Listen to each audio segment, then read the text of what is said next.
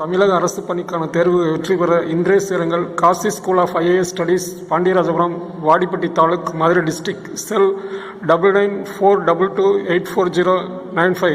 மேலும் நமது யூடியூப் சேனலை சப்ஸ்கிரைப் செய்யுங்கள். பயன்பெறுங்கள். நன்றி, வணக்கம்.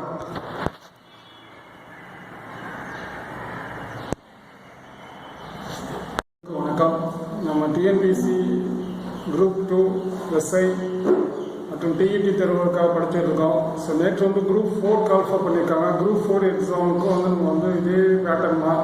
குரூப் 2A, குரூப் 2க்கு என்ன படிக்கிறோமோ அதே பேட்டர்னில் தான் நம்ம கொஸ்டின்ஸ் நம்ம இருக்கோம். ஆனால் கொஸ்டின் நம்ம 10th அளவுக்கு கேட்பாங்க. குரூப் 4 அப்படின்னா 10th ஸ்டாண்டர்ட் பேஸில் கொஸ்டின்ஸ் இருக்கும். தமிழ், பொது தமிழ் நமக்கு 10th ஸ்டாண்டர்ட் அளவுக்கு தான் இருக்கும்.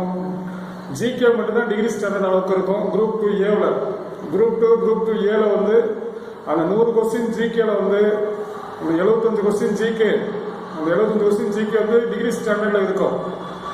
ப்ளஸ் 25 ஆப்டிடியூட் நமக்கு ஒரு 10th பேஸில் தான் இருக்கும். அதே மாதிரி தமிழ் 10th பேஸில் தான் இருக்கும். நமக்கு 10th அதில் இருக்கக்கூடிய தமிழ் தான் நமக்கு அந்த 100 கொஸ்டின் தமிழ் இருக்குது. அதே மாதிரி தான் இன்னைக்கு குரூப் 4 நேற்று கால்ஃபர் பண்ணியிருக்காங்க. ஸோ அந்த குரூப் 4 எக்ஸாமுக்கும் நம்ம இதே பேட்டர்ன் தான் படிக்கிறோம். தமிழ் ரெண்டுக்குமே காமன். 10th பேஸில் தான் தமிழ் படிக்கும். ஜிகே மட்டும் அங்கே டிகிரி ஸ்டாண்டர்டில் கேட்பாங்க. இங்கே 10th அளவுக்கு ஜிகே 10th நாலேஜ் இருந்தால் போதும். நம்ம குரூப் 4 எக்ஸாமுக்கு நமக்கு ஜிகே 6 to 10th புக்குள்ளே இருக்க கேள்விகள் தான் அதிகபட்சம் நமக்கு வர்றதுக்கு வாய்ப்பு இருக்குது. அதனால் 6 to 10th புக்கை மட்டும் நீங்கள் தரவாக படித்தாவே நம்ம குரூப் 4 எக்ஸாம் நம்ம பாஸ் பண்ணுறதுக்கு வாய்ப்பு இருக்கும். குரூப் 2A, குரூப் 2க்கு தான் நம்ம 12th, 11th, 12th degree standard நாலேஜ்லாம் நம்ம படிக்கணும், கொஞ்சம் தெரிஞ்சுக்கணும். ஆனால் குரூப் 4க்கு நம்ம 10th ஸ்டாண்டர்ட் அளவுக்கு நாலேஜ் இருந்தால் போதும், நம்ம பாஸ் ஆகிடலாம். ஏன்னா நேற்று கால்ஃபர் பண்ணியிருக்காங்க. அதை பற்றி ஒரு நாளைக்கு குரூப் 4 எக்ஸாம் பற்றி சொல்லுவோம். ஏன்னா குரூப் 4 டிஎன்பிசி பொறுத்தவரை நமக்கு கொஸ்டின் பேட்டர்ன், சிலபஸ் அதை மட்டும் வச்சு நம்ம புக்கை வச்சு படித்தோம் அப்படின்னா பாஸ் ஆகிடலாம். ஏன்னா புக்குன்றது நம்ம 6வது 10வது இருக்கக்கூடிய தமிழக பள்ளிக்கல்வி அதுலேருந்து இருக்கக்கூடிய புத்தகம் தான் நமக்கு கேள்விகள் இருக்கும். ஏன்னா நம்ம பள்ளிக்கல்வியில் நமக்கு 6 to 10th என்ன புக் இருக்குது அந்த புக்கை கண்டிப்பாக கையில் வச்சுருக்கணும். கையில் வச்சு அதில் இருக்கக்கூடிய ஒவ்வொன்றா தெளிவாக படிக்கணும். தமிழ், மேக்ஸ், அறிவியல், சோசியல் சயின்ஸ், சமூக அறிவியல் 6வது, 7வது, 8வது, 10வது புத்தகம் அது நம்ம இப்போ வரைக்கும் நம்ம பெறுவதற்கு வழிகளும் இப்போ ஏற்படுத்தி கொடுத்துருக்காங்க. ஏன்னா ஃபர்ஸ்ட் அந்த புக்கு கிடைக்கிறது கஷ்டமாக இருந்தது. இப்போ நெட்டு பின்னாடி நம்ம அதிலே டவுன்லோட் பண்ணிக்கலாம். டவுன்லோட் பண்ணி பிரிண்டர் எடுத்து படிக்கலாம், இல்லாட்டி அதிலேயே நம்ம படிச்சுக்கலாம். இப்போ அதுக்கடுத்து நம்ம இ-சேவை மையத்துக்கு அதை அனுப்பிச்சு அங்கே பணக்கட்டணம் நமக்கு புத்தகம் கிடைக்கும் அப்படின்னு சொல்லி செய்திகள் இப்போ எல்லா பேரும் இ-சேவை மையத்தில் புக்கை பதிவு செஞ்சால் புக்கு கிடைக்கிறதுக்கு வாய்ப்பு இருக்குன்னு சொல்லி எல்லாம் அங்கே ட்ரை பண்ணிக்கிட்டு இருக்காங்க. ஸோ அதனால் அந்த புக்கு கண்டிப்பாக இருக்கணும். ஒரு பேசிக் நாலேஜ் 6வது 10வது வரைக்கும் கூடியதான் எல்லாத்துக்கும் பேசிக். அதை படித்தா தான் நம்ம 11th 12th படிக்க முடியும். 11th 12th படித்தா தான் நம்ம டிகிரியில் இருக்க தெரிஞ்சுக்க முடியும். எல்லாமே 6வது 10வது வரைக்கும் கூடிய சப்ஜெக்டில் இருக்கக்கூடிய பேசிக் நாலேஜ் தான் நம்ம எல்லாமே அடுத்தடுத்து நம்ம தெரிஞ்சுக்கூடியது. அது கொஞ்சம் எலாபரேட்டாக இருக்கும். ஸோ 6வது 10வது வரைக்கும் இருக்கக்கூடிய சப்ஜெக்ட் தான் இப்போ நம்ம சொல்லிக்கிட்டு இருக்கோம். முக்கியமாக நம்ம இம்பார்ட்டன்ட் கொஸ்டின்ஸ் தான் இப்போ சொல்லிக்கிட்டு இருக்கோம். ஏன்னா ஏற்கனவே எப்படி படிக்கணும், என்னென்ன டாபிக் இருக்குது, நமக்கு கொஸ்டின் பேட்டர்ன் எல்லாமே தெளிவாக சொல்லியாச்சு. 200 கொஸ்டின்ஸில் 100 கொஸ்டின் தமிழ், 100 கொஸ்டின் தமிழில் நம்ம அதை பற்றி என்ன தமிழ்லாம் நடத்தணும், அடுத்து தமிழ் நடத்துவோம். இப்போ ஜிகே தான். ஏன்னா ஜிகே ஓரளவுக்கு ஃபஸ்ட்லேருந்தே கொஞ்சம் படிச்சிட்டோம் அப்படின்னா கொஞ்சம் ஜிகேக்கு இம்பார்ட்டன்ட் கொடுக்கலாம். ஏன்னா தமிழ் படிச்சிடலாம், தமிழும் நிறையா இருக்குது. அது நல்லா எல்லாமே நிறையா தெரிஞ்சுக்க வேண்டிய இருக்கும் தமிழ்லையும். ஆனால் தமிழை நம்ம ஈஸியாக அப்படியே படிச்சுக்கிட்டே இருக்கலாம். ஆனால் ஜிகே அது ப்ராடு, எல்லா சப்ஜெக்டும் படிக்கிறதுனா தமிழ் ஒரே ஒரு சப்ஜெக்ட் மட்டும் தான் படிப்போம். ஒரே சப்ஜெக்டுக்குள்ள எல்லாமே படிப்பாங்க. ஜிகேல பிசிக்ஸ் படிக்கணும், கெமிஸ்ட்ரி படிக்கணும், பாட்டனி படிக்கணும், சுவாலஜி படிக்கணும், ஹிஸ்ட்ரி படிக்கணும், geography, polity, economy, current affairs அப்படின்னு சொல்லிட்டு எல்லா டாப்பிக்குமே நம்ம படிக்கணும். அப்படின்றதுக்காக நம்ம அதை அப்பப்போ நம்ம கொஞ்சம் படிக்கிறதுக்கு இப்போ ஃபஸ்ட்டு அதுக்கு முக்கியத்துவம் கொடுக்குறோம். அடுத்து ஃபுல்லாக அதை கொஞ்சம் தெரிஞ்சுக்கிட்டோம். பிசிக்ஸில் ஓரளவுக்கு தெரிஞ்சுக்கிட்டேன், கெமிஸ்ட்ரியில் ஓரளவு பேசிக் நாலேஜ்னா நம்ம பிசிக்ஸ்னால் என்ன, அதில் என்னென்ன டாபிக் இருக்குது, என்னென்ன நம்ம கொஸ்டின்ஸ்லாம் வரும் அப்படின்றத பேஸ் பண்ணி தான் இப்போ நம்ம கொஸ்டின்ஸ் ரெடி பண்ணி நம்ம இப்போ வாசித்துட்டு இருக்கோம். ஏன்னா ப்ரீவியஸ் இயர் ஆல்ரெடி முன்னாடி நடந்த எக்ஸாமில் என்னென்ன கேள்விகள்லாம் கேட்டிருக்காங்க அதை நம்ம பார்த்து அதே மாதிரி எதெல்லாம் கேட்கக்கூடியது அப்படின்னு சொல்லிட்டு ரெண்டையும் வந்து கம்பைன் பண்ணி நம்ம வந்து புதுசாக இப்போ வந்து ஒரு 500 கொஸ்டின் போட்டிருக்கோம். ஒவ்வொரு டாப்பிக்ல இருந்து அந்த டாபிக்ல கொஸ்டின்ஸ் தான் வாசித்துட்டு இருக்கோம். இதை நீங்க படிச்சுட்டு புக்கை படிச்சீங்க, இதை நீங்க கேட்டுட்டு புக்கை படிச்சீங்க அப்படின்னா வந்து உங்களுக்கு வந்து கொஞ்சம் தான் நல்லா தெளிவான ஒரு மைண்டு, தெளிவான ஒரு சப்ஜெக்டோட டெப்த்னஸ், சப்ஜெக்ட்ல வந்து என்ன நம்ம தெரிஞ்சுக்கிட்டோம் அப்படின்றது புரியும். ஏன்னா ஃபர்ஸ்ட் வந்து நம்மளால ஏதாவது ஒன்று எடுத்து படிச்சோம்னா அது என்ன இம்பார்ட்டன்ட் அப்படின்றது கொஞ்சம் புரியுறது கஷ்டமா இருக்கும். எக்ஸாம் பாயிண்ட் ஆஃப் வியூல வந்து நம்ம வந்து படிக்கணும். எக்ஸாம் பாயிண்ட் ஆஃப் வியூல வந்து என்னென்ன கேள்விகள்லாம் கேட்கறாங்க, எப்படி கேட்கறாங்க, கேட்டிருக்காங்க அப்படின்னு தெரிஞ்சுக்கிட்டு நம்ம அதுக்கு தகுந்த மாதிரி நம்ம ப்ரிப்பேர் பண்றதா நம்ம வந்து எக்ஸாம்ல சக்சஸ் பண்றதுக்கு வாய்ப்பு இருக்கு. ஏன்னா வந்து நம்ம தியரியா எழுதணும் அப்படின்னா அதுக்கு ஒரு மாதிரி படிக்கணும். தியரியா எழுதணும்னா ஃபுல்லா வந்து நம்ம மனப்பாடம் பண்ற மாதிரி நம்ம வந்து படிச்சாத தியரி எழுத முடியும். இது வந்து அப்ஜெக்டிவ் டைப்ல ஒன்னு எடுக்கணும். நம்ம என்ன பண்ணணும் அப்படின்னா main content, main concept, main fact தான் வந்து ஒன்னடத்துல நம்ம வந்து கேட்க முடியும். அதிகமாக வந்து ஒரு சப்ஜெக்டோட ஃபேக்ட்ஸ், இப்போ பிசிக்ஸ்னு எடுத்துக்கிட்டா வந்து நமக்கு வந்து ஃபுல்லா வந்து எல்லாமே லாஸ், எல்லாமே விதிகள் தான் நம்ம வந்து விதிகள். அந்த சயின்டிஸ்ட் அந்த பிசிக்ஸ்ல வந்து நமக்கு சொல்லக்கூடிய சயின்டிஸ்ட் ஒவ்வொரு விதியை சொல்லக்கூடிய அந்த விதிகளோட எல்லாமே டெஃபினிஷன்ஸ், டெரிவேஷன்ஸ் எல்லாமே நமக்கு தெளிவாக தெரியணும். அப்புறம் யூனிட்ஸ் ஃபுல்லாக வந்து நமக்கு கரெக்டாக தெளிவாக தெரியணும். ஏன்னா ஒவ்வொரு நம்ம வெக்டார் அளவுகள், ஸ்கேலர் அளவுகள், இதுக்கெல்லாம் என்னென்ன யூனிட்ஸ், அப்புறம் வந்து பிசிக்ஸ்ல வந்து நம்ம எப்படி மெஸ்யூர் பண்றோம், அளவீடுகள் அப்படின்றது முதற்கொண்டு ஒவ்வொரு இன்ஸ்ட்ருமெண்ட்ஸ் நம்ம பயன்படுத்தக்கூடிய எல்லா எலக்ட்ரிக்கல், எலக்ட்ரானிக்ஸ் எல்லா இன்ஸ்ட்ருமெண்ட்ஸுமே எந்த பிரின்சிபல்ல வந்து செயல்படுகிறது, அந்த பிரின்சிபல்லாம் என்னென்ன பிரின்சிபல், அப்புறம் வந்து ஒவ்வொன்றும் வந்து அதில் என்னென்ன இருக்கு, அதெல்லாம் நம்ம வந்து படிக்கிற heat, light, sound, magnetism, plus வந்து நமக்கு வந்து எலக்ட்ரிசிட்டி, எலக்ட்ரானிக்ஸு, அப்புறம் தான் ஆட்டம் பிசிக்ஸு, அதில் தான் வந்து ஃபுல்லாக ஆட்டம் பிசிக்ஸ் வந்து கண்டிப்பாக நமக்கு வந்து ஒரு கொஸ்டின்ஸ் இருக்கும். அதே மாதிரி எலக்ட்ரிக்கல் இருந்து ஒரு கொஸ்டின்ஸ் இருக்கும் கண்டிப்பாக. Electrical and electronics, okay. Electricity அப்படின்றத கான்செப்ட், அதுல இருந்து நமக்கு வந்து ஒரு இது கண்டிப்பாக ஏதாவது ஒரு லா இருக்கும், அல்லது ஒரு யூனிட் இருக்கும், இல்லை அதோட தொடர்புடைய ஒரு செய்திகள் அப்ளிகபிளாக இருக்கும். அந்த மாதிரி ஒரு கொஸ்டின்ஸ் பிசிக்ஸ்ல இருக்கு. அதே மாதிரி ஒன்னா கெமிஸ்ட்ரி எல்லாத்துக்கும் நான் சொல்லியாச்சு. கெமிஸ்ட்ரியில எப்படி கேள்வி கேட்பாங்க, கெமிஸ்ட்ரியில கொஞ்சம் கொஸ்டின் வாசிச்சாச்சு. அதே பயாலஜியில எப்படி படிக்கணும்னு சொல்லிட்டு பயாலஜியில இம்பார்ட்டன்ட் கொஸ்டின் நம்ம சொல்லியாச்சு.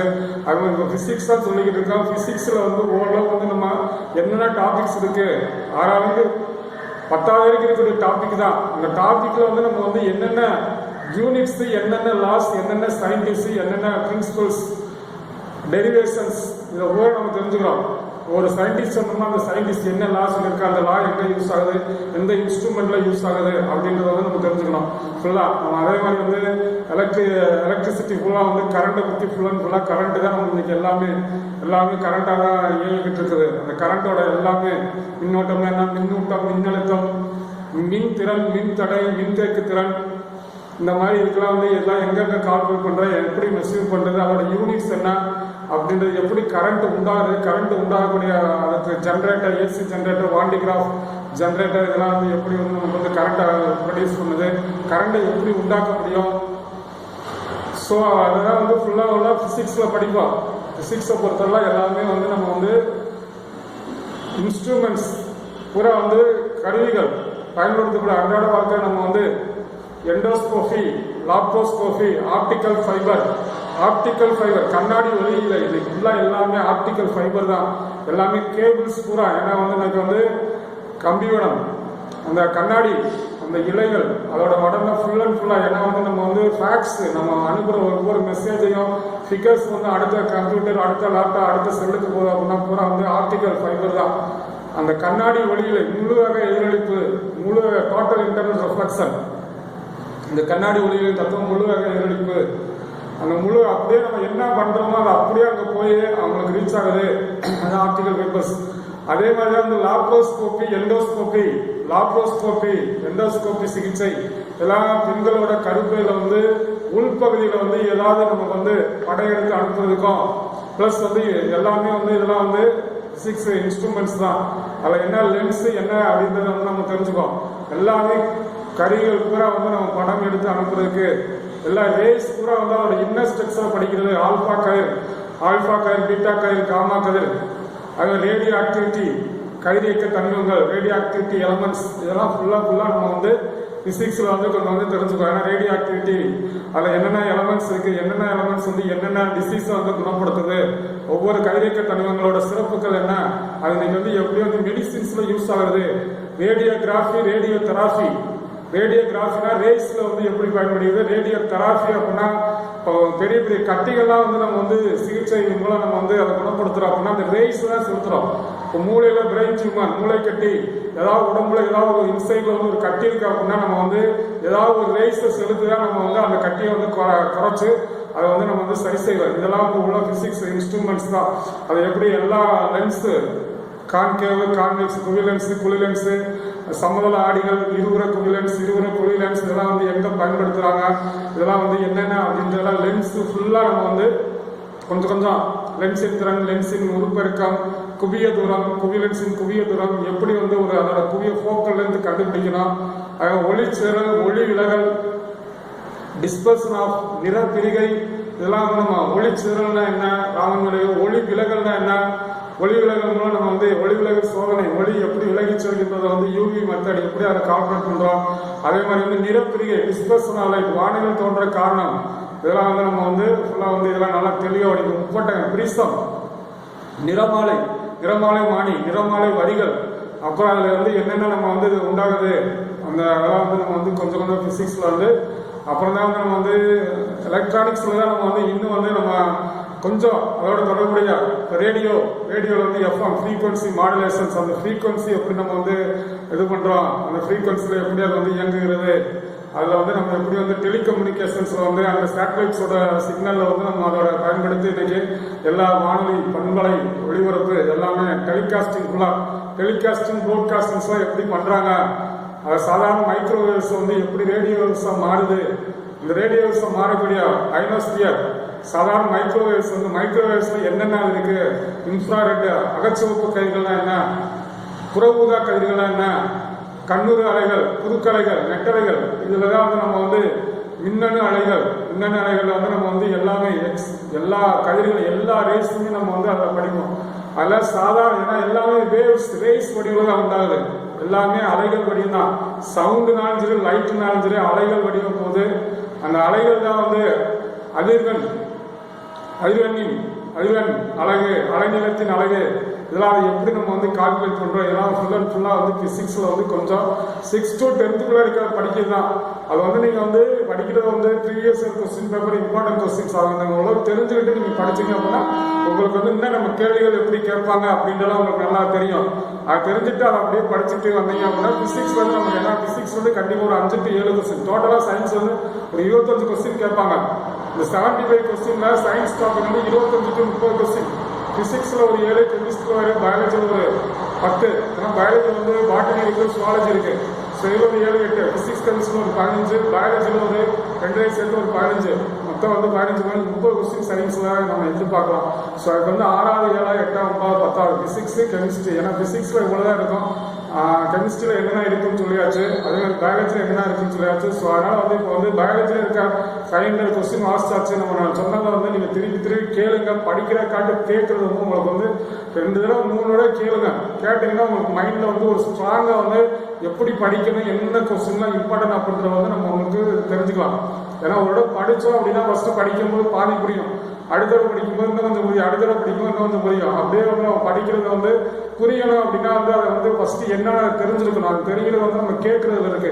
அதை வந்து பாடம் நடத்தும் போது அதை கேட்டுட்டோம் அப்படின்னா அதோட புரிதல் திறன் வந்து என்னைக்கும் அவங்களை வந்து மறையாது, நம்மளை விட்டு சீக்கிரம் வந்து அது மறந்து போகாது. அதனால என்ன வந்து கேளுங்க, நம்ம நடத்துறது நம்ம சொல்ற கொஸ்டின்ஸ்லாம் கேட்டுட்டு ப்ரீவியஸ் இயர் கொஸ்டின் பேப்பர்ல என்னென்ன கேட்டிருந்தாங்க, முக்கியமான கொஸ்டின்ஸ் என்னென்ன இருக்கு, பிசிக்ஸ்னா ஒரு 500 கொஸ்டின்ஸ், அதை என்னென்ன கொஸ்டின்ஸ் இம்பார்ட்டன்ட் அப்படின்றத வந்து நம்ம வாசிச்சுட்டு இருக்கோம். அது நேற்று ஒரு 200 கொஸ்டின் வாசிச்சாச்சு, இன்னைக்கு வந்து அப்படியே கண்டினியூ பண்ணுவோம், கண்டினியூ பண்ணிட்டு அப்படியே இன்னைக்கு நடத்திட்டு அப்படியே வந்து அப்படியே கேட்டுக்கிட்டே இருங்க, அடுத்தடுத்து அப்படியே நடத்துவோம். நடத்திட்டு இதை மட்டும் கேட்டுட்டு அப்புறம் புக்கை படிச்சீங்க அப்படின்னா உங்களுக்கு வந்து நல்லா தெளிவாக வந்து பிசிக்ஸ்ல என்னென்ன கேள்விகள் இம்பார்ட்டன்ட் அப்படின்ற வந்து உங்களுக்கு நான் சொல்லல. இப்போ அப்படியே நான் கண்டினியூ பண்றேன், நேற்று நடத்துனது வந்து அப்படியே வந்து இன்னைக்கு வந்து அப்படியே கண்டினியூ பண்றேன். உலகில் பயங்கரமான அணு உலை விபத்து, உலகத்திலே மிக பயங்கரமான அணு உலை விபத்து நடைபெற்ற இடம் செர்னோபில், ரஷ்யா, 1986. நேற்று வாசிச்சோம், இருந்தாலும் அப்படியே திருப்பி, ஏன்னா இது வந்து நிறைய எக்ஸாம்ல கேட்டுருக்காங்க. உலகத்திலே மிகப்பெரிய விபத்து அப்படின்னா செர்னோபில், ரஷ்யா, உலகில் பயங்கரமான அணு உலை விபத்து நடைபெற்ற இடம் செர்னோபில், ரஷ்யா 1986. பாபா அணு ஆராய்ச்சி மையம். பாபா ஏன்னா இந்திய அணுசக்தி திட்டத்தின் தந்தை என்று அழைக்கப்படாத ஹோமி ஜஹாங்கீர் பாபா விடுதலை பெற்ற பின்னாடி 3 துறையை டெவலப் பண்றதுக்கு 3 பேர் பொருளாதாரத்துறையை டெவலப் பண்றதுக்கு பிரதமர் நேரு திட்டக்குழு கொண்டு வராரு. அதே மாதிரி திட்டக்குழுல எல்லா 5 ஆண்டு திட்டங்கள் மூலம் வந்து இந்தியாவோட பொருளாதார வளர்ச்சியை டெவலப் பண்றதுக்கு பிரதமர். அதே மாதிரி விண்வெளி திட்டம் விக்ரம் சாராபாய், விண்வெளி திட்டத்தின் தந்தை விக்ரம் சாராபாய், விண்வெளி திட்டத்தையும் நம்ம வந்து டெவலப் பண்ணணும் அப்படின்றது. அதே மாதிரி அணுசக்தி திட்டம் அதுல வந்து ஹோமி ஜஹாங்கீர் பாபா இந்திய அணுசக்தி திட்டத்தின் தந்தை ஹச்ஜே பாபான்னு சொல்லுவாங்க. அவருடைய பேர்ல வந்து பாபா அணு ஆராய்ச்சி மையம் எங்க இருக்கு அப்படின்னா மும்பைல சாம்பேல இருக்கு. இந்தியாவில் ஆராய்ச்சி உலை அது வந்து நம்ம வந்து சொல்லுவோம் அதை பத்தி. ஸோ இந்த மாதிரி வந்து பாபா அணு ஆராய்ச்சி மையம் எங்க இருக்கு அப்படின்னா சாம்பே, மும்பை. அதே மாதிரி இந்தியாவில் மிகப்பெரிய உலகத்தில் மிகப்பெரிய செர்னோபில், இந்தியாவில் மிகப்பெரிய விபத்து ஏற்பட்ட இடம் போபால், மத்திய பிரதேசம் தலைநகர் போபால்ல வந்து ஒரு விபத்து. கார்பைடு பேட்டரியில இருந்து ஒரு கேஸ் வந்து வெளியேறி அந்த கேஸ் மூச்சு திறனால வந்து கிட்டத்தட்ட 3000 பேர் இறந்திருப்பாங்க. அந்த விச வாயுவோட பேர் என்ன? Methyl iso cyanide. அது எந்த ஆண்டு அப்படின்னா 1984. Methyl iso Sayan 1984. அதே மாதிரி ஒவ்வொரு இடத்துல எங்கெங்க அணுமின் நிலையம் இருக்கு. தமிழ்நாட்டில் வந்து கல்பாக்கம் கூடங்குளம் இந்தியாவோட முதல் அணுமின் நிலையம், தாராப்பூர் மகாராஷ்டிரா. அது மாதிரி வேற எங்கெங்கெல்லாம் அணுமின் நிலையம் இருக்கு, அணுமின் நிலையம் அனல் மின் நிலையம் எங்கெங்க இருக்குன்னு தெரிஞ்சுக்கணும். ஏன்னா கரண்ட் வந்து நம்ம 4 முறையில தயாரிக்கிறோம். அணுமின் நிலையம், அனல் மின் நிலையம், காற்றாலைகள், நீர்மின் நிலையம் அப்படின்னு சொல்லிட்டு அணுமின் நிலையம் இந்தியாவில் வந்து எங்கெங்க இருக்கு அப்படின்றத சொல்லிக்கிட்டு இருக்கோம். அதான் நரோரா அணுமின் நிலையம் உத்தரப்பிரதேஷ். நரோரா அணுமின் நிலையம் எங்க இருக்குன்னா உத்தரப்பிரதேஷ். கைகா அணுமின் நிலையம் கர்நாடகா கட்டுமானத்தில் உள்ளதுன்னு சொல்லி அந்த கலவை சொல்லுவாங்க. அது வந்து கைகா கர்நாடகா. அதே மாதிரி இன்னும் 2-3 அணுமின் நிலையம் இருக்கு. கோட்டா ராஜஸ்தான். அப்புறம் வந்து இன்னும் அடுத்தடுத்து சொல்லுவாங்க. ஜாகிரபியில் படித்தாலும் அது வந்து பிசிக்ஸ்ல அணுமின் நிலையம். அணுமின் நிலையம் அப்படின்றது வந்து நம்ம வந்து என்ன அப்படின்னா வந்து அங்க வந்து அணுக்கரு உலை இருக்கும். அணுமின் நிலையத்தில் அணுக்கரு உலை. அணுக்கரு உலை தான் அணுக்கரு பிளவு வினை நடைபெறும் அமைப்பு. அது கரண்ட் தயாரிக்கும். அணுவை பிளக்கும் போது உண்டாகக்கூடிய ஆற்றல் வந்து கரண்டா தயாரிக்கிறதா வந்து அணுமின் நிலையம். அந்த அணுமின் நிலையம் தான் எங்கெங்க இருக்குன்னு சொல்லிட்டு அடுத்து கதிர்வீச்சின் அலகு. கதிர்வீச்சுக்கோட அலகு வந்து ரான்டிஜன். கதிர்வீச்சு அலகு ரான்டிஜன். ஒளிச்செறிவின் அலகு கேண்டிலா. ஒளிச்செறிவின் அலகு கேண்டிலா. உலக எடை மற்றும் தர அளவு நிறுவனம் ISI, இன்டர்நேஷனல் ஸ்டாண்டர்ட் இன்ஸ்டிடியூட் சொல்லுவாங்க. ISI முத்திரை பெற்றது. அவங்க தரத்தை வந்து அளவு பண்ணி சொல்லுவாங்க. உலக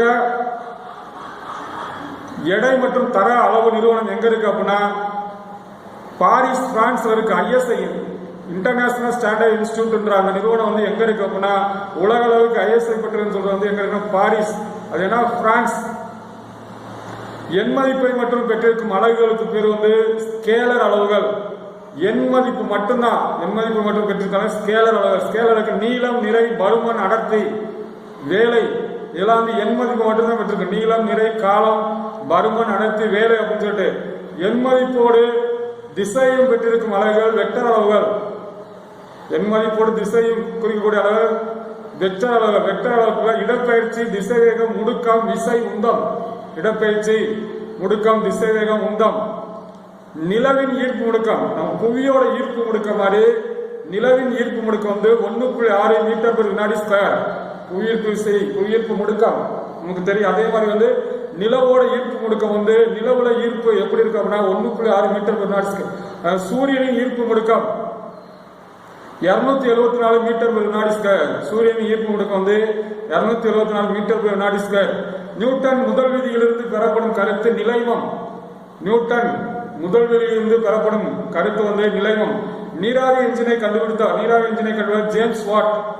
அதே மாதிரி கக்ரப்பார் அணுமின் நிலையம் கக்ரப்பார் அணுமின் நிலையம் எங்க இருக்கு அப்படின்னா வந்து குஜராத்.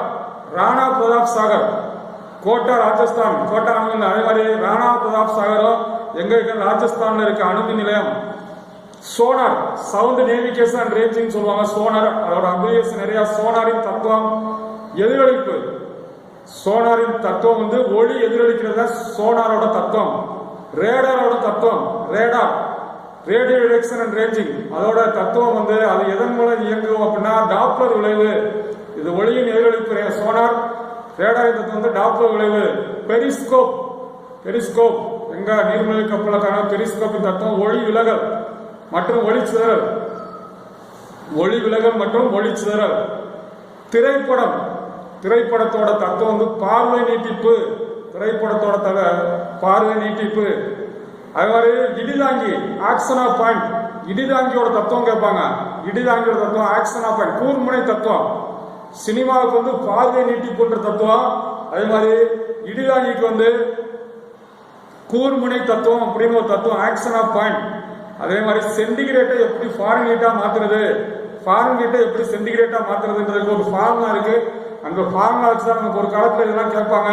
சென்டிகிரேட் கொடுத்துட்டு ஃபாரன்ஹீட்டா மாத்த சொல்லுவாங்க, ஃபாரன்ஹீட் கொடுத்துட்டு சென்டிகிரேட். அப்படி சென்டிகிரேட்டை ஃபாரன்ஹீட்டா மாற்றக்கூடிய formula 9/5 9/5 into C+32. 9/5 into C+32 வந்து சென்டிகிரேட்டை வந்து ஃபாரன்ஹீட்டா மாத்திடலாம். அது ஃபாரன்ஹீட்டை சென்டிகிரேட்டா மாற்றுறது வந்து அப்படியே 9/5 5/9. இந்த சிக்கு பதிலா ஏன்னா சென்டிகிரேட்டை ஃபாரன்ஹீட்டா மாத்தணும் அப்படின்னா வந்து நம்ம வந்து Fahrenheit equal to 9/5 C plus சியோட 32 கூட்டணும்னா வந்துடும். அது மாதிரி ஃபாரன்ஹீட்டை சென்டிகிரேட்டா மாத்தணும் அப்படின்னா C ஈக்குவல் டு 5/9 F-32.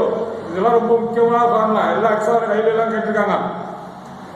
அதாவது பூமி வந்து சூரியனை சுற்றி வரும்போது பூமி சூரியனை சுற்றி வரும்போது சூரியனுக்கு மிக அருகில் வருவதற்கு பெருஹீலியன்.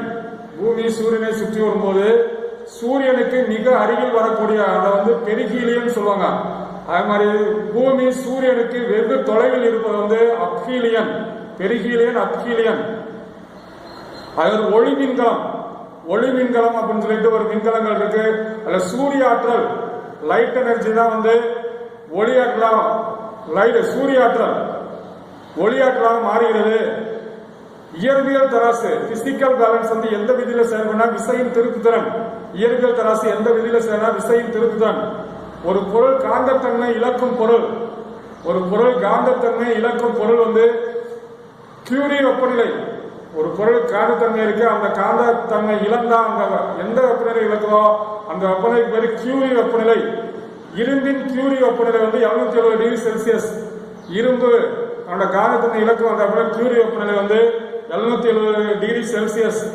காந்தம் கண்டுபிடிக்கப்பட்ட இடம் மாக்னடைட். காந்தம் கண்டுபிடிக்கப்பட்ட பொருள் காந்தம் எதிலிருந்து கண்டுபிடிச்சாங்கன்னா மாக்னடைட். அது எப்பயுமே காந்தம் வந்து எந்த அச்சுல இருக்கு வடக்கு தெற்காக தான் நிற்கும். காந்தம் வந்து எப்பயுமே வந்து நம்ம வடக்கு தெற்காக தான் நிற்கும். காந்தத்தோட அச்சு வந்து வடக்கு தெற்கு. பாக்டீரியா வைரஸ் போன்றவற்றை உருப்பக்கம் செய்ய பயன்படுவது. பாக்டீரியா வைரஸ் அது வந்து பெருசா பார்க்கறதுக்கு உருப்பெருக்கம் செய்ய கூட்டு நுண்ணோக்கி.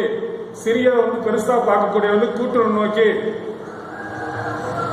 ஒற்றை இயங்குகப்பில் எந்திர லாபத்தின் மதிப்பு. ஒற்றை இயங்குகப்பின் இருக்கு, அது எந்திர லாபத்தின் மதிப்பு 2.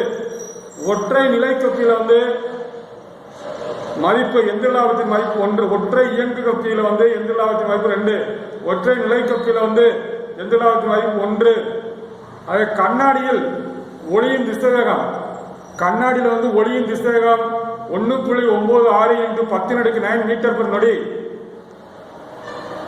ஓகே, 10⁻⁸ மீட்டர் பெர் நொடி. 1.9. அதாவது நீரில் ஒளியின் திசைவேகம், காற்றில் ஒளி 3.8 × 10⁻. அதே மாதிரி இது வந்து கண்ணாடியில வந்து ஒளி வேகம் 1.96 × 10⁻⁸ மீட்டர் பெர் நொடி. மண்ணெயில ஒளியின் திசைவேகம் ஒளி எவ்வளவு வேகமா போனா 2.08 × 10⁻⁸ மீட்டர் பெர் நொடி. கைரேகை நிபுணர்கள் பயன்படுத்தும் லென்ஸ் கைரேகை வந்து அவங்க பயன்படுத்தும் குழி லென்ஸ். நீரில் ஒளி விலகல் எண். நீரோட ஒளி விலகல் எண். நீர்ல வந்து ஒளி விலகல் வந்து 1.33. முதல் வகை நெம்புகளுக்கு எடுத்துக்காட்டு கத்தரி கடற்பாறை முதல் வகை நெம்புகள். இரண்டாம் வகை நெம்புகள்னா ஒற்றை சக்கர தள்ளு வண்டி. மூன்றாம் வகை நெம்புகளுக்கு வந்து எடுத்துக்காட்டு முன்னங்கை துடைப்பம். முன்னங்கையும் துடைப்பம் வந்து மூன்றாம் வகை நெம்புகள். நெம்புகள் விதி வந்து பளு × பளுபுயம் = திறன் × திரவியம். நம்புகோல் விதி பளு × பளுபுயம் = திறன் × திறன்புயம். அழுத்தத்தின் அலகு பாஸ்கல் அல்லது நியூட்டன் பெர் மீட்டர் ஸ்கொயர். அழுத்தத்தின் அலகு பாஸ்கல் அல்லது நியூட்டன் பெர் மீட்டர். வேகத்தின் அலகு மீட்டர் பெர் வினாடி. வேகத்தின் அலகு மீட்டர் பெர் வினாடி. பூமியின் ஆரம். பூமியின் ஆரம் வந்து 6400 கிலோமீட்டர். பூமியின் ஆரம், பூமியோட ஆரம் 6400 கிலோமீட்டர். பூமியிலிருந்து சந்திரனின் தொலைவு. பூமியிலிருந்து சந்திரன் எவ்வளவு தொலைவில்? 3,84,400 கிலோமீட்டர். பூமியிலிருந்து சந்திரன் எவ்வளவு தொலைவில் இருக்கு அப்படின்னா 3,84,400 கிலோமீட்டர். எடை பூமிக்கும் சந்திரனுக்கும், பூமியில ஒரு எடை வந்து சந்திரன்ல வந்து 1/6 மடங்கு தான் இருக்குமா. 1/6 பங்கு பூமியில இருக்கக்கூடிய ஒரு இடம் வந்து சந்திரன்ல வந்து எவ்வளவு எடை இருக்குன்னா 1/6 பங்கு இருக்கும். சூரிய ஆற்றலை பயன்படுத்தி உருப்பெருக்கி மூலம் ரோமானிய போர்க்கப்பலை எதிர்த்தவர். சூரிய ஆற்றலை பயன்படுத்தி உருப்பெருக்கி மூலம் ரோமானிய போர்க்கப்பலை எதிர்த்தவர் ஆர்க்கிமிடிஸ். கலிலியோ பயன்படுத்திய தொலைநோக்கி பயன்படுத்திய பிளாரன்ஸ் நகர், இத்தாலி. கலிலியோ பயன்படுத்திய தொலைநோக்கி பிளாரன்ஸ் நகர், இத்தாலி. அந்த இத்தாலி தான் பைசா நகருக்கு சாய் கோபுரம். ஒரு சாய்வான கோபுரம் இருக்கு, சாய்வா கட்டியிருக்காங்க. அது வந்து சாயவே இல்லை. அந்த காலத்துல அப்படியே சாய்வா ஒரு டெக்னாலஜியில கட்டுனா இத்தாலி பைசா நகருக்கு சாய் கோபுரம்னு சொல்லுவாங்க. சூரியனுக்கும் பூமிக்கும் இடையே சந்திரன் வருவது, சூரியனுக்கும் பூமிக்கு இடையே நிலவு அல்லது சந்திரன் வருவது சூரிய கிரகணம். சூரிய கிரகணம் அப்படின்னா எது எதிலன்னா சந்திரன் 2க்கு இடையில வருமா. சந்திரன் வந்து எதுக்கு இடையில வரும் அப்படின்னா சூரியனுக்கும் பூமிக்கும் இடையில 3, சூரியன் சந்திரன் பூமி. சூரியனுக்கும் பூமிக்கு இடையில சந்திரன் வந்தா சூரிய கிரகணம். அது வந்து அமாவாசை அன்னைக்கு வந்து அமாவாசை உண்டாகும். சூரியனுக்கும் சந்திரனுக்கு பூமி வந்தா சந்திர கிரகணம், சந்திரன் வந்தா சூரிய கிரகணம். அப்படியே ஆப்போசிட் சொன்னா பூமிக்கும் சூரியனுக்கு இடையில சந்திரன் வந்தா சூரிய கிரகணம். அப்படியே ஆப்போசிட்ல பூமிக்கு சந்திரனுக்கு சூரியனுக்கு சந்திரன் பூமி வந்தா சந்திர கிரகணம். சூரிய கிரகணம் எப்படி உண்டாகும், சந்திர கிரகணம் எப்படி உண்டாகும், எது இடையில தோன்றுகிறது? சூரியனுக்கு சந்திரனுக்கு இடையில, அங்க சந்திரன் இடையில வந்தா சூரிய கிரகணம், பூமி இடையில வந்தா சந்திர கிரகணம். அது பௌர்ணமி அன்னைக்கு உண்டாகும். முகம் பார்க்கும் கண்ணாடி, பெரிஸ்கோப், கலைடாஸ்கோப் கருவிகள் பயன்படுகிறது. என்ன அப்படின்னா வந்து சமதள ஆடிகள், முகம் பார்க்கும் கண்ணாடி, பெரிஸ்கோப், கலைடாஸ்கோப் போன்ற கருவிகள் பயன்படுது சமதள ஆடிகள். அதுமாதிரி அச்சகங்களில் அச்சு கோர்க்கும் போது பிழைகளை காண்பதற்கும் சரி செய்வதற்கும் பயன்படுவது சமதள ஆடிகள். அச்சகங்களில் அச்சு கோர்க்கும் போது பிழைகளை காண்பதற்கும் அச்சு கோர்க்கும் பிழைகளை சரி செய்வதற்கும் சமதள ஆடிகள். வாகனங்களின் முகப்பு விளக்கு டார்ச் லைட்ல பயன்படுது குழியாடி. வாகனங்களின் முகப்பு விளக்கு டார்ச் லைட்ல பயன்படுது குழியாடி. வவ்வால்களால் உண்டாகும் ஒளியின் அளவு, வவ்வால்களோட சவுண்ட்ல உண்டாகும் அந்த கீச்சுன்ற சவுண்ட்ல உண்டாகும் அளவு வந்து 70,000 ஹெர்ட்ஸுக்கு மேல வவ்வாய் உண்டாகும் ஒளியின் அளவு. அதே மாதிரி அகச்சிவப்பு கயிறுகளை அறிந்து கொள்ளும் ஊர்வலம் வந்து பாம்பு. அகச்சிவப்பு கயிறுகளை அறிந்து கொள்வது வந்து பாம்பு. அதாவது நமக்கு வந்து சுண்டுதல் வகை கம்பி கருவிகள். சுண்டுதல் வகை கம்பிக்கிறது வந்து வீணை, கிட்டார். சுண்டுதல் வகை கம்பிக்கிறது வந்து வீணை, கிட்டார். தட்டுதல் வகை கம்பிக்கருவிக்கு வந்து பியானோ. தட்டுதல் வகை கம்பிக்கருவிக்கு வந்து பியானோ. மீட்டுதல் வகை வந்து வயலின். தட்டுதல்னா பியானோ, மீட்டுதல் வகைனா வயலின். எதிரொலித்திறன் 2ஆம் விதி. எதிரொலித்திறன் படுகோணம் ஈக்குவல் டு மீள்கோணம். எதிரொலித்திறன் 2ஆம் விதி. படுகோணம் மீள்கோணம் சமமா இருக்குமா? அங்க படும் போது மீள்கோணமும் சமமா இருக்கு. பாதரசத்தின் உருகுநிலை 39 டிகிரி செல்சியஸ். பாதரசத்தின் கொதிநிலை, பாதரசத்தின் உருகுநிலை 39 டிகிரி செல்சியஸ். ஆல்கஹாலின் உருகுநிலை 117 டிகிரி செல்சியஸ். ஆல்கஹாலின் கொதிநிலை 79 டிகிரி செல்சியஸ். ஒரு கலோரி என்பது எவ்வளவு ஜூல்னா 4.2 ஜூல். ஒரு கலோரி என்பது எத்தனை ஜூலுக்கு சமம்? ஒரு கலோரி என்பது 4.2 ஜூலுக்கு சமம். வெப்ப கொடுமை தெர்மோபிளாஸ்க். ஏன்னா வந்து நம்ம வந்து டீ வந்து ஆறி போகாம இருக்கிறதுக்கு ஒரு தெர்மோபிளாஸ்க் பயன்படுத்துவோம். பிளாஸ்க் சொல்லுவாங்க. தெர்மோபிளாஸ்க். வெப்ப கொடுவை உருவாக்க தேம்ஸ் ஸ்டீவார்ட். வெப்ப கொடுவை உருவாக்க தேம்ஸ் ஸ்டீவார்ட். அதே மாதிரி இந்த தெர்மோஸ்டாட் பயன்படும் கருவி. இந்த தெர்மோஸ்டாட் அப்படின்ற ஒரு கருவி பயன்படுத்த சலவை பெட்டி. பெண்களின் குரல் வந்து கீச் என்று இருக்க காரணம், பெண்கள் வந்து ஆண்களை கால கீச் இருக்க காரணம் வந்து அதிக அதிர்வெண். நீர்ல 20 டிகிரி செல்சியஸ்ல ஒளியின் திசை, நீர்ல வந்து 20 டிகிரி செல்சியஸ்ல வந்து ஒளியின் திசை 1482 மீட்டர் பெர் நொடி. இரும்புல ஒளியின் திசைவேகம், இரும்புல ஒளியின் திசைவேகம் வந்து 500 மீட்டர் பெர் நொடி. இரும்புல ஒளியின் திசைவேகம். இடிதாங்கி செயல்படும் தத்துவம் கூர்முனை தத்துவம். ஒரு குதிரைத்திறன் ஈக்குவல் 746 வாட். ஐசோடோப்புகள் என்பது ஒரே அணியின் வேறுபட்ட நிறையன். ஐசோடோப்புகளா ஒரே அணியின் வேறுபட்ட நிறையன். ஐசோபார்னா ஒரே நிறையன் வேறுபட்ட அணியன். ஐசோட்டோனா ஒரே நியூட்ரான்கள் எண்ணிக்கை. நீரின் தன்வெப்ப ஏற்புத்திறன், நீரின் தன்வெப்ப ஏற்புத்திறன் 480 ஜூல் கிலோகிராம் -1 கெல்வின் -1. நீரின் தன்வெப்ப ஏற்புத்திறன். குளிர்சாதன பெட்டியில் ரெஃப்ரிஜிரேட்டர்ல கதவு திறக்கும் போது அறையில் என்ன உண்டாகும்? வெப்பம் உண்டாகும். காற்றில் ஈரப்பதத்தின் அலகு, காற்றின் ஈரப்பதத்தின் அலகு கிலோகிராம் பெர் மீட்டர். ஈரப்பதம், காற்றுல ஈரப்பதத்தின் அலகு கிலோகிராம் பெர் மீட்டர். காற்றின் அழுத்தத்தை அளக்கிறது பாரோமீட்டர். வெப்பநிலை அளப்பது தெர்மாமீட்டர். அழுத்தத்தை அளவு பாரோமீட்டர். பாகியல் எண்ணின் அளவு பாய்ஸ், பாகியல் எண்ணின் அளவு பாய்ஸ். நீரின் பாகியல் எண் 0.018. பாகியல் எண்ணின் அளவு பாய்ஸ். நீரின் பாகியல் எண் 0.018 பாய்ஸ். அதை காற்றோட பாகியல்